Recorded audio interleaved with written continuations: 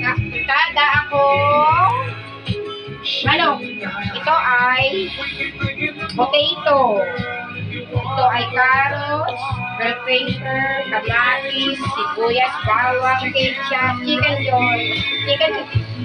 cubes, saka tomato sauce, tomato paste, at saka magic sarap. Ngayon, minarinate ko ito sa patis, paminta, at magic sarap. Saka ko siya ipiprito. Pagka-prito niyan, saka ko na siya pitimplahan ng apritada.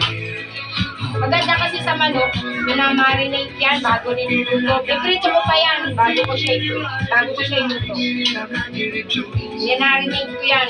Gusto nila manghang na konti, ilagyan ko konti. Yan, kamatis.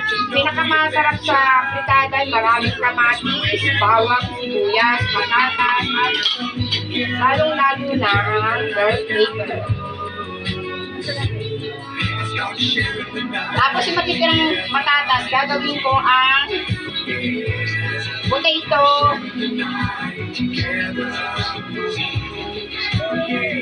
Gagawin ko itong parang natitira.